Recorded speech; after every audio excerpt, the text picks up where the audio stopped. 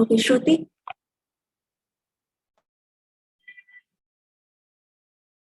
Warm Rotaract greetings everyone. This is Rotaractor Mehek Kankaria, Community Service Director for the year 21-22. I welcome you all to the fourth episode of Inspiring Icon Talks with Chitransh Saxena. So he is the founder of non-profit organization called My Pad Bank, which is working on delivering free sanitary napkins to the underprivileged and marginalized section of the society, also creating awareness on menstrual hygiene to all the genders. Chitransh has also won so many awards, including Limca Book of Record and Karamveer Chakra Award. So we welcome you, Chitransh. Okay, so first of all, very good evening to all, to you and another participant in this live. So सबसे पहले मैं कहूँगा कि pad bank सिर्फ एक मेरे लिए ही नहीं है या माई पैड बैंक सिर्फ मेरे इनिशिएट ही नहीं है, ये उन सबका इनिशिएट है जिनकी वजह से स्टार्ट हुआ है, जिनके लिए स्टार्ट हुआ है। क्योंकि अगर शायद जो बेनिफिशियरीज हमारे जो स्लम एरिया के जो लोग हैं या जो विलेज के जो लोग हैं, अगर वो हमारे कॉज को एक्सेप्ट ना करते, वो हमारे जो हमारी वॉइस थी अगर उसको वो ना सुनते, तो शायद पैड बैंक आज 3 साल पूरे नहीं कर चुका होता। तो सबसे जो इसमें बड़ा रोल है वो उन लोगों का जिन लोगों ने हमारी बात सुनी, जिन्होंने अपने घर में या अपने आसपास में किसी से पीरियड्स के बारे में बात नहीं करी थी, या शायद माँ बेटी ने आपस में बात नहीं करी थी और उन्होंने एक लड़के की आवाज सुनी, तो वो उनकी वजह से पैड बैंक बहुत अच्छा इस मुकाम पे पहुंचा है, इस प्लेस पे पहुंचा है। तो सबसे पहले उनको भी एक मेरी तरफ से thanks. Okay, so beginning with the first question, what inspired you to start this organization? There was a one incident like when I was in my graduation days, मैं जब अपना कॉलेज का एंड कर रहा था, तो तब की बात है, ऑलमोस्ट मैं फ्री हो गया था अपनी स्टडीज से, और मैं मेरे घर से लेकर के जो मेरे कॉलेज का जो रूट था, वहाँ पर बीच में स्लम रेसिडेंट्स थे काफी, लाइक 22 स्लम्स वहाँ पर उनके घर थे, मलिन बस्ती जो बोले जाते हैं। And they are basically by profession they are iron smith, जो बंजारा कम्युनिटी होती है, जो यूटेंसिल्स होते हैं, जो जैसे तवे हो गए, चाकू वगैरह का जो बिजनेस होता है वो लोग करते थे बेसिकली। एक बार मैं उनके पास गया भी जस्ट अपने घर के वर्क से ही कि हाँ मुझे चाकू वगैरह पे जो शार्पनेस होती है हम लोग जो उसके लिए जाते हैं, मैं वहां पे गया था। And they hardly charge 10 to 15 rupees. वो लाइक हम अगर किसी और भी जगह कुछ भी लेते हैं तो हमें लगता है कि ये जो जिनका डेली इनकम ही ऐसे ही है 100 और 150 और समथिंग लाइक दैट, तो वो कैसे मैनेज करते होंगे। और एक यहाँ पर एक और इशू मैंने देखा था जेंडर इक्वलिटी का भी। जेंडर इक्वलिटी का ऐसे कि ज्यादातर आपने देखा होगा स्लम रेसिडेंट्स हैं या जो रूरल एरिया के लोग हैं, उनको ये चाहिए होता है कि जब तक उनका बेटा नहीं हो रहा है तब तक उनकी फैमिली प्लानिंग चलती है, उनके यहाँ प्रोसेस चलता रहता है, वो उनके बच्चे होते हैं। तो वहां पर ये मैंने देखा, उनकी 4 बेटी थी और 1 लड़का था। तो मैंने पूछा कि हाँ कैसे मैनेज करते हो। अच्छा, मेरा कम्युनिटी एंगेजमेंट का मेरा काफी टाइम से रहा है, मेरे को लोगों से बात करना और इन चीजों में रहता है इंटरेक्शन का थोड़ा। तो जब तक मैं उनसे अपना काम करा रहा था तो मेरा इंटरेक्शन था कि ठीक है आपकी वाइफ प्रेग्नेंट भी है अभी और आपकी 4 लड़कियां, मतलब वो सामने बैठी हुई थे सारे, तो ठीक है आपकी 4 बेटियां, आप कैसे मैनेज करते हो सबके लिए। तो क्योंकि उनका जो वो रुपए चार्ज कर रहे थे वो भी एक तरह से मेरे लिए कम थे, तो मुझे एक जनरल क्वेश्चन था मेरा उनसे कि आप कैसे मैनेज करते हो अपने वाइफ के लिए और अपने बच्चों के लिए, कैसे न्यूट्रिशन का देखते हो। तो उनका ये था कि हो जाता है सारा कुछ। और वही उनका लड़का भी था, तो पूछा मैंने जब कि हाँ स्कूल कौन कौन जाता है आपके यहाँ, तो ये था कि लड़कियां हैं ये जाके क्या करेंगी और लड़का हमारा जाता है। वहां पे मुझे स्ट्राइक हुआ जब ये न्यूट्रिशन और ये स्कूल के लिए जब इतना सोच सकते हैं कि वो लड़कियों के लिए जरूरी नहीं है, उनके दिमाग में जो एक क्राइटेरिया है या जो एक उन्होंने सिनेरियो बना रखा है, तो मेरे ख्याल से मेंस्ट्रुअल हाइजीन को लेकर के तो शायद ये बिल्कुल नहीं सोचते होंगे। शायद पहली बार था इसलिए मैं भी उनसे ओपनली नहीं पूछ पाया। मुझे 1-2 दिन का टाइम लगा, मैंने अपने दिमाग में सोचा कि हाँ कैसे कर सकता हूँ। हेल्प ली मैंने मेरे साथ की एक मेरी फ्रेंड थी, उसके साथ जब मुझे स्टार्ट करना था तो मैंने उससे पूछा कि हाँ ठीक है अगर फ्री हो तो एक जगह एक इंटरेक्शन करना है कि हाँ वो मेंस्ट्रुअल हाइजीन के लिए कोई प्रोडक्ट यूज करते हैं या नहीं करते हैं, या कोई पैड यूज कर रहे हैं नहीं कर रहे हैं। मैं उसके साथ में गया और उनसे जब पूछा तो शायद उनको ये नहीं था कि एक लड़का क्यों पूछ रहा है, वहां से मुझे हटना पड़ा थोड़ी देर के लिए उस कॉन्वर्सेशन के लिए। और जो मेरी फ्रेंड थी उसने उनसे पूछा कि हाँ आपके जो बच्चे हैं या जो आपकी वाइफ है वो पीरियड्स में क्या यूज करती है। शायद वो नहीं बता पाए, उन्होंने अपनी वाइफ के पास ही भेज दिया कि ये चीजें उससे पूछो, हमारे मतलब की बात नहीं है। उसने उनकी वाइफ से पूछा तो उनका ये था कि हम ओल्ड क्लॉथ्स यूज कर लेते हैं, या जो पॉली, आपको मैं बताऊंगा जैसे जिसमें हम लोग नॉर्मली मार्केट से जिसमें सब्जी और ये सब चीजें आती है, पॉली बैग्स जो होते हैं वो तक यूज करते हैं, कि जिससे कि एक तरह से वो लीक प्रूफ की तरह वो उनके लिए वर्क हो जाता है, वो उसको भी यूज करते हैं। तो काफी चीजें ऐसी थी कि जो मुझे लगा सुन करके, इवन हम अगर ग्लव्स भी यूज करते हैं, हम लोग अगर काफी टाइम को यूज करते हैं तो हमारे हाथ अलग से होने लगते हैं, और हमें पता चलता है कि प्लास्टिक कितना एक हार्म कर रहा है ज्यादा टाइम के लिए। तो जब एक वजाइना जैसे एरिया पे अगर प्लास्टिक कितना टाइम तक के लिए रुकेगी तो वो कितना एक प्रॉब्लमेटिक है। तो उनको हम लोगों ने फर्स्ट टाइम वहां पर हमने जब उनकी सुनी, एक पैकेट उनको हमने ला करके दिया कि ठीक है आप ये रखो, और कुछ हो आप बताना। उनको देने के बाद में एक चेंज आया कि उनके जो आसपास के लोग और थे उन्होंने भी डिमांड करी कि ठीक है हमारे लिए भी आप कर सकते हो क्या। धीरे धीरे करके हम लोगों ने सेकेंड डे पे हम लोगों ने 11 गर्ल को हम लोगों ने देना शुरू करा। 11 गर्ल के एक तरह से पीरियड अडॉप्ट करे हमने। उसके बाद में फिर इसको प्रॉपर हम एक चैनल में लेके आए। हमारा मेरा दिमाग आया कि हाँ इनको अब इसको नाम देते हैं कुछ, क्योंकि एक ऑर्गेनाइजेशन को नाम दे करके वो ज्यादा इजिली रिकॉग्नाइज हो जाती है, ज्यादा लोगों को समझ में आ जाता है कि क्या वर्क कर रहे हैं। तो पैड बैंक नेम दिया, क्योंकि पैड से रिलेटेड हमारा सब वर्क पे हम आ चुके थे। और उसके बाद में फिर जब अगली बार 11 लड़कियों को दिया, उनका फिर हमने पता पूछा कि अभी तक आप जो यूज कर रहे थे, उनमें से 11 में से कुछ ऐसी भी थी जो शायद पहले से पैड यूज कर रही थी, बट 7 टू मतलब 8 थी ऐसी जो यूज नहीं कर रही थी, अभी तक उन्होंने पैड यूज नहीं करा था। तो 2-3 लोगों के तो ठीक है, उन लोगों ने यूज नहीं करा, उसके बाद भी हमारे देने के बाद भी यूज नहीं करा। हमने फिर से एक बार 1 वीक बाद हमने जब उनके पास में दोबारा गए फीडबैक के लिए पता करने कि आपको क्या डिफरेंस पता चला, तो जब 3 ने बताया कि हमने अभी तक यूज ही नहीं करा है, और उसका रीजन ये था कि वो लोग अंडरगारमेंट्स तक अफोर्ड नहीं कर सकते थे, वो यूज ही नहीं कर रहे थे। तो उनका एक ये था कि हम हमारे पास में पैंटीज नहीं है, तो हम अंडरगारमेंट्स ही नहीं, तो हम यूज कैसे करेंगे। तो वो चीजें भी हमने वहां पर अरेंज करी, और इसी तरह से हमने पेट बैंक फॉर्म करा था, और करते करते फिर हम लोगों ने 150 गर्ल्स को हम लोगों ने देना विद इन ईयर। हम लोगों ने 150 गर्ल्स को रजिस्टर करा अपने में, पेट बैंक नेम करा ऑर्गेनाइजेशन का, और जब बैंक है तो लोगों को पासबुक भी इशू करी, एक कार्ड बनाया है जिसमें उनकी आइडेंटिटी डिटेल्स होती हैं, कि कल को अगर मैं अपने ऑफिस पे हूँ या ना हूँ, या कहीं भी अगर कोई है और उसको अगर वो हमारा बेनिफिशियरी है, वो जा करके कलेक्ट कर सकता है, या वो हमारे जो टीम मेंबर्स है वो उनके घर से भी कलेक्ट कर सकता है। Okay, so as you know, कि menstruation is still considered a taboo in India. So did you Yes. face any backlash or criticism or negative comments from anyone around you? Yeah, I got a very negative like reply from a medical store person. uh, he's my family known, like मैं मेरी जो भी medicine थी या हमारे जो भी आता है कुछ भी होता है, हम उन्हीं के से ही परचेज और सब चीजें होता है। एंड जब मेरा फर्स्ट स्टेप था वहां पर, मैं सबसे पहली बार गया था पैड के लिए, जब मेरे को 11 पैड्स नेक्स्ट डे के लिए लेने थे। तो ही वाज लाइक कि ओके ठीक है, you are 3 brothers, like we are 3 brothers only, not having any sister. तो लाइक उनको पता था, तो उन्हें ये था कि हाँ पैड किसके लिए लेके जा रहे हो, और फिर थोड़ा सा एक क्रिस्पी वे में, एक थोड़ा मजाक के तरीके से उन्होंने, उनका ये था कन्वर्सेशन कि ये चीज क्या कर रहे हो, या उनको एक ऑकवर्ड उनके लिए भी था कि एक लड़का क्यों आकर के पैड खरीद रहा है। तो और उसके बाद में मुझे, अच्छा फर्स्ट टाइम था, मुझे भी रेट्स का इतना कुछ ऐसा आइडिया नहीं था, जो जो चीजें थी मुझे इतना क्लियर नहीं थी। बट हाँ मैंने उनसे जो भी एक रेगुलर साइज के या रेगुलर जो एक इकोनॉमिक रेंज के होते हैं वो मैंने उनसे परचेज करे। तो वहाँ उनका जो एक रिएक्शन था वो कहीं ना कहीं मेरे लिए नेगेटिव था, और कई बार ऐसे कई पॉइंट्स होते हैं जहाँ पर लोग काम करना शुरू करते हैं, और अगर कोई भी एक मजाक की तरह से या कोई एक नेगेटिव तरह से कोई कुछ पूछता है, तो कई लोगों का वहां पर एक जो मोटिव होता है शायद वो ब्रेक हो जाता है। कई बार ये होता है कि हम जो इंस्पिरेशन होती है वो कहीं ना कहीं से वो ब्रेक होती है अगर कोई इस तरह की चीजें करता है। सेकेंडली एक जो हम सेकंड स्लम में गए थे, जो फर्स्ट स्लम बताया वो मेरे कॉलेज वाले रूट पे था, सेकंड स्लम एक अलग एरिया में था, हम वहां पर गए थे।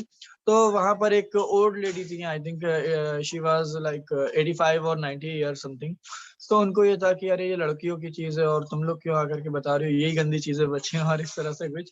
तो उनको भी थोड़ा टाइम लगा था हमें समझाने में कि हम आपके लिए ही आए हैं, लाइक आपको अभी तक आप इतनी अनहाइजेनिक प्रैक्टिसेस पे आप वर्क कर रहे थे या उनके साथ में थे, कई तरह की बीमारी होती है, उनको जब बीमारियां बताई, उनको कुछ अपने मोबाइल पे ही कुछ उनको दिखाई, एक वीडियो थी, उसमें बताते हैं कि हाँ क्या-क्या इवन यूटेरस तक निकालने की हो जाती है, चांसेस होते हैं अगर ज़्यादा इन्फेक्शन फैला हुआ होता है।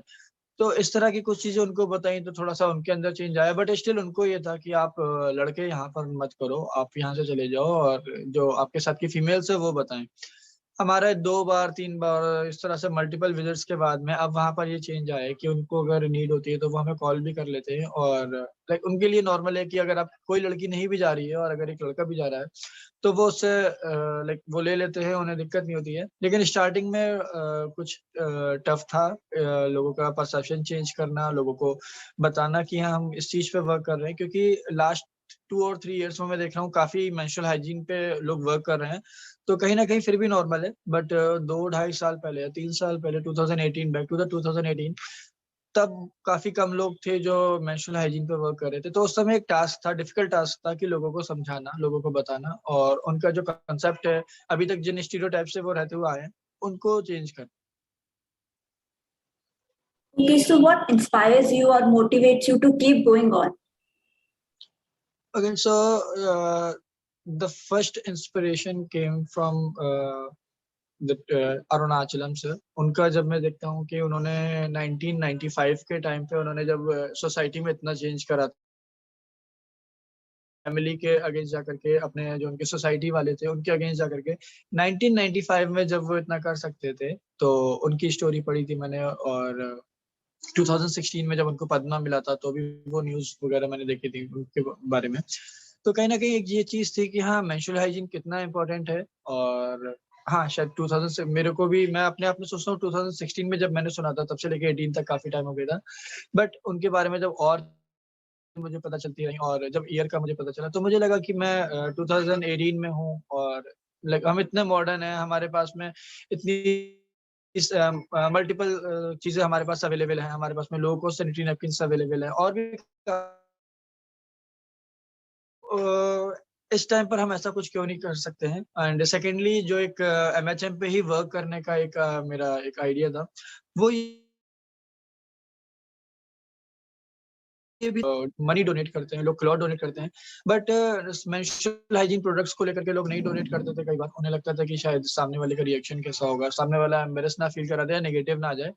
तो मैंने सोचा कि लाइक आगे जो भी होता है वो देखा जाएगा, बट अभी हम स्टार्ट करते हैं इसको लेकर के, और अगर पॉजिटिव जाता है तो बहुत अच्छा रहेगा। और लाइक ये सभी लोगों की वजह से, जो हमारे इंस्टा रीच है या जो हमारे सोशल मीडिया के जो लिंक्स हो गए, प्लस मीडिया का भी, और आपके जैसे जो भी चैनल्स हैं, इन लोगों ने हमारा जो मैसेज है, हमारे जो ऑर्गेनाइजेशन के बारे में इतना लोगों को तक बताया है, डिस्क्राइब करा है कि हमारे पास काफ़ी टीम भी ऐड हुई हैं। हमारे पास अलग-अलग सिटीज़ में भी लोग ऐसे हैं जो ये वेंचर जॉइन करना चाहते हैं।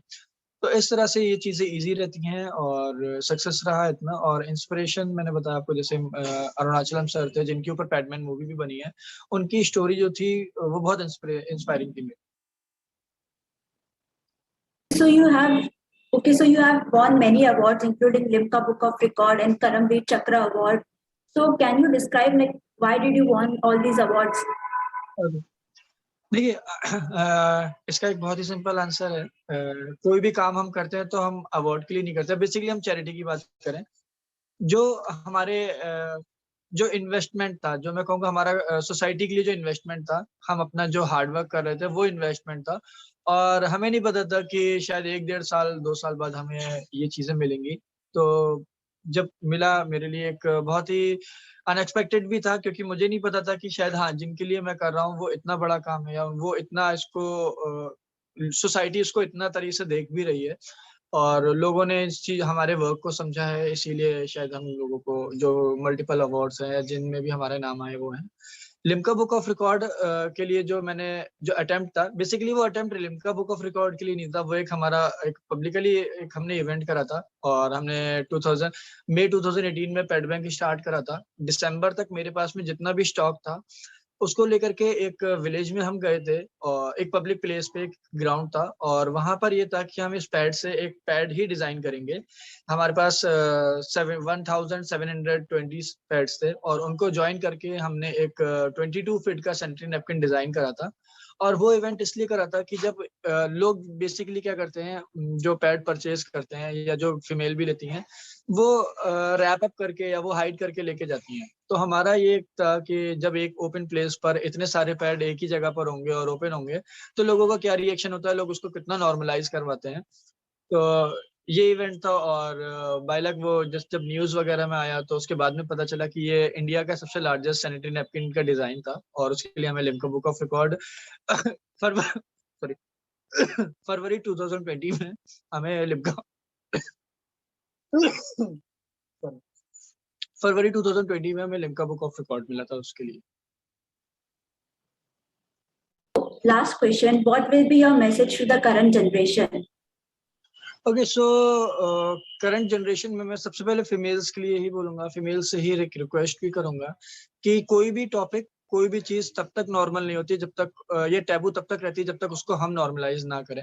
अगर हम किसी चीज के बारे में बात करते हैं, किसी भी चीज के बारे में, तो उसके बाद ही वो चीज नॉर्मलाइज होती है और वो टैबू वहां से टैबू रहना बंद होता है। तो फीमेल से मैं कहूंगा, जो हमारा जो भी लाइव सेशन या जो इंटरव्यू हम लोगों के जो रीच सुनेगी उनके लिए यही मैसेज है कि आप ट्राई करिएगा कि आप अपने ब्रदर से, अपने फादर से एक बार डिमांड करिएगा पैड की। क्योंकि अगर देखिए किसी भी फीमेल को की तबीयत खराब होती है, उसे फीवर होता है, उसे सर दर्द हो रहा है, तो वो अपने फादर से ही डिमांड करती हैं कि उन्हें दवाई लेकर के आएं। तो जब पीरियड्स की बात होती है या मेंस्ट्रुअल हाइजीन प्रोडक्ट की बात होती है, तो वो क्यों ऐसा सोचती है कि वो खुद जाकर के लें या फिर उनकी सिस्टर या फिर उनकी मदर जाकर के लें। तो ट्राई करिए सारी फीमेल्स कि आप अपने फादर या ब्रदर से एटलीस्ट कभी ना कभी या लाइफ मतलब उनसे आप डिमांड करें और वो आपके लिए ला करके दें। इससे आपकी फैमिली में भी एक नॉर्मलाइज आएगा और सोसाइटी चेंज होगी। इसी छोटे छोटे कंट्रीब्यूशन से हम लोग एक चेंज ला सकते हैं, और ऐसे ही हम इन टॉपिक्स को नॉर्मल कर सकते हैं और टैबू ब्रेक कर सकते हैं। So it was really great interviewing you, and it was indeed a great session with you. And before ending today's session, I would really like to express my gratitude towards you. So thank you for joining in and giving ma'am us your one thing precious. More ma'am one Yeah, thing yeah. मोर, एक चीज मेरे से छूट भी रही, वो बहुत important है। जैसे कि टैबू मैंने बताया कि हाँ, हम लोग कई बार विलेज एरिया में होते थे, तो लोगों को जब आप ना किसी भी चीज को बिल्कुल ग्राउंड लेवल से जब जोड़ देती है तो लोग बहुत जल्दी कनेक्ट होते हैं। तो एक कामाख्या देवी टेम्पल है असम में। तो उस असम में जो टेम्पल है वो बेसिकली मेंसेस के लिए फेमस है। वो मंदिर 3 दिन के लिए बंद होता है, और जो वहां पर गॉडेस कामाख्या जिनकी आइडल है, वहां पर जो मूर्ति है, वो 3 दिन बाद उसमें से रेड कलर का फ्लूइड भी आता है। मतलब वो माना जाता है कि वो पीरियड्स जो कामाख्या देवी उनका वो 3 दिन के लिए पीरियड्स था, इसलिए वो मंदिर बंद करा जाता है। जो वहाँ का पट बंद करे जाते हैं, उस समय वहां पे व्हाइट कपड़ा बिछाया जाता है, और जब 3 दिन बाद वो ओपन करते हैं मंदिर, तो वो रेड होता है। तो वो मान्यता है कि वहां पर वो उनका योनि भाग है, मतलब जो वजाइनल एरिया था उन गॉडेस का, तो वो वहां पर है। और इससे ही हाँ, लोगों को समझ में आता है कि ये कोई टैबू नहीं है, या हमारे टाइम पे जो लोगों ने मिथ बना रखे हैं वो मिथ लाइक वो गलत ही है। उनका साइंटिफिक रीजन या उनको जो और भी उनके पीछे काफी चीजें मेंशन्ड है हमारे वेदास वगैरह में। और जो कामाख्या देवी है, इनका एक श्लोक भी, मैं सॉरी अपना कैमरा बंद करूंगा, यहाँ पर कुछ है इश्यूज तो लाइट्स का है। मैं अपना शो वो ऑडियो कंटिन्यू रखूंगा। ओके, तो कामाख्या देवी का जो एक श्लोका है, वो श्लोका है, कामाख्या वरदे देवी नील पर्वते वासिनी त्वं देवी जगत माता योनि मुद्रे नमोस्तुते। इसमें जो योनि मुद्रा है, जो एक योगासन है, जो लोग सुन